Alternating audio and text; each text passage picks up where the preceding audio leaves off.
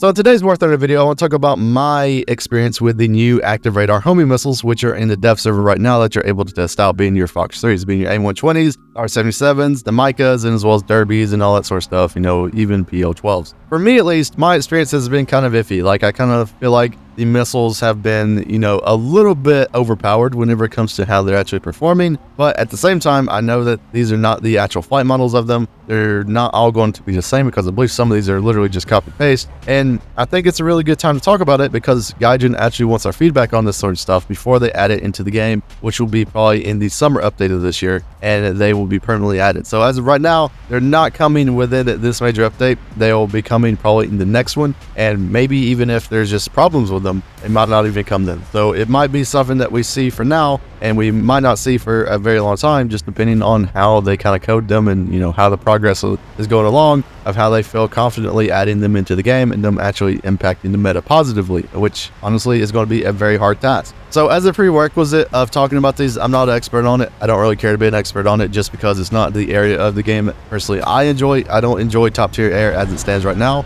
There's many factors of why I don't enjoy top tier air, mainly being around the team sizes, and as well the fact of it feels very much a one-sided match majority of the time because it just completely depends on what your teammates do, how many people survive the initial furball, and the reasons, that kind of just feel kind of bad. Now, at the same time, I do understand why these matches are so huge. I do understand why, it kind of feels like this, and the reasons behind it, I believe in, just maybe tinfoil hat time. But whenever War Thunder has server issues, you ever notice it being because they add more servers into the game, whether it being, event times or World War mode, the whole game just kind of collapses on itself. So to me, at least, I believe that's the reason of why they've added so many top tier matches now, which are like 16 versus 16, just to cut down on the fact of how many servers they have to have running at a single time so the whole game doesn't die. And it seems like that's been an issue for a very long time whenever it comes to War Thunder, and honestly, hopefully they can improve it, but it is kind of what it is at the end of the day, I think.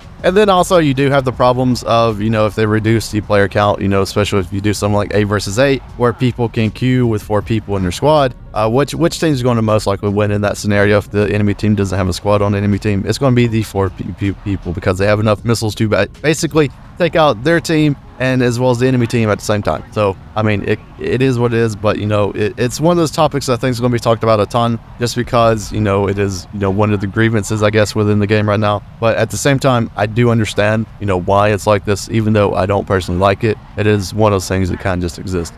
Now let's talk about the testing. So I played a good amount of matches, probably on like 10 to 20 matches of the, active radar homing missiles testing on a dev server. And to be quite honest, I played it at different times. So I played the ones, whenever it first came out, whenever it was massive lobbies of just a ton of people just going around the place. It was all right. The thing about these missiles is that they feel very unfair whenever it comes to actually using them. So basically, to sum it up of how these missiles perform, if you're not hugging the ground, if you're within probably like 10 kilometers and you're above the ground at all, you're dead. Like, there's no evading these things at all, which in my opinion is kind of sad. If you want to dumb it down to the very bare essentials of these missiles, they play like regular Sparrows do currently, but you can just move away and let the missile do its own thing. So you have pretty much a infrared seeking missile, but can't be flared, can't be chaffed, because the missile itself is just really insane for what it is. The only way to counterplay against them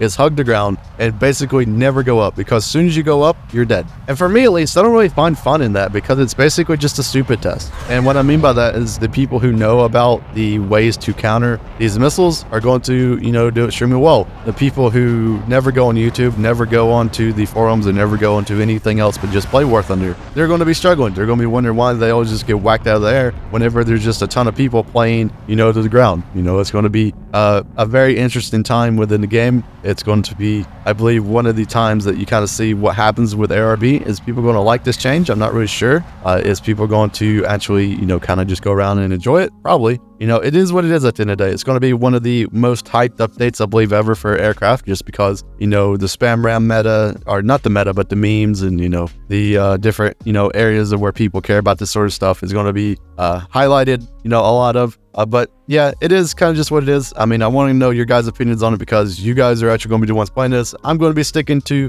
either my low tier jet are my, you know, wonderful props, and as well as just ground RB, because that's the areas of the game I currently enjoy. And I feel like that's an important like segue to this like video, is that if you don't enjoy an area of War Thunder, there's nothing really forcing you to play it. And there's not really a reason to, you know, just play something just because you don't enjoy it. You know, definitely go find the areas of the game that you enjoy, whether it be arcade, whether it be realistic, whether it be naval, whether it be just this aircraft they're coming in. If you personally enjoy it, that's what areas of the game you should play. Not something that you think is just going to be, you know, paying you dividends at the end of it. You know, definitely, you know, saying, oh, I'm just going to grind the top tier and it's magically just going to be fun once I get there. It's just one of those things that kind of happens with players, and you know, they kind of do regret it. So yeah, this is going to be a shorter video. I'm not an expert on any of this sort of stuff, so definitely just go belittle me in the comments whenever it comes to this, because I know that's basically what's going to happen with this video. But I do think it's worth giving my opinion on it, because as someone who used to really enjoy ARB whenever it came to Hunter F1 as well as MiG-17 and MiG-15s, F2 Sabres, all that sort of stuff, it is kind of just sad to me the way that ARBs went. And you know, even though like I credit Gaijin for it, like 100%, it was the way to go. But at the same time, for me, I didn't enjoy it, so I get to talk about it. Yay. Hope everyone has a wonderful day, and I'll see you guys in the next War Thunder video.